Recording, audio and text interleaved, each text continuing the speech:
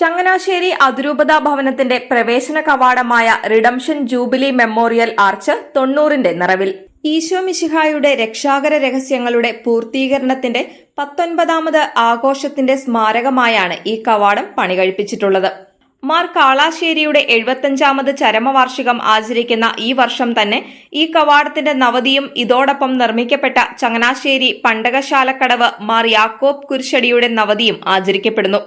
European രാജ്യങ്ങൾ സന്ദർശിക്കുകയും അവിടെ താമസിച്ച് പഠിക്കുകയും ചെയ്ത മാർ കാളാശ്ശേരി ചങ്ങനാശ്ശേരി രൂപതയുടെ അധ്യക്ഷനായി ചുമതലയേറ്റപ്പോൾ താൻ വിദേശങ്ങളിൽ കണ്ടു പരിചയിച്ചതുപോലെ ക്രൈസ്തവ സംസ്കാരത്തിന്റെ പ്രൗഢിയും ആഢ്യതയും വിളിച്ചോതുന്ന നിർമ്മിതികൾ ഈ നാട്ടിലും വേണമെന്ന് ആഗ്രഹിക്കുകയും നടപ്പിലാക്കുകയും ചെയ്തു.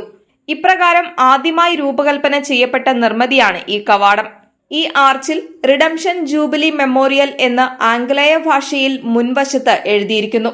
മാർ കാളാശ്ശേരിയുടെ ശ്ലൈഹിക മുദ്രയും ഇതിൽ മുകളിലായി ആലേഖനം ചെയ്തിരിക്കുന്നു. കവാടത്തിന്റെ ഉൾവശത്തായി പ്രതിഷ്ഠിച്ചിരിക്കുന്ന മാതാവിന്റെ തിരുസ്വരൂപവും ഒപ്പം എഴുതി ചേർത്തിരിക്കുന്ന gate of heaven pray for us എന്ന വാചകവും ഇതിന്റെ പ്രത്യേകതയാണ്.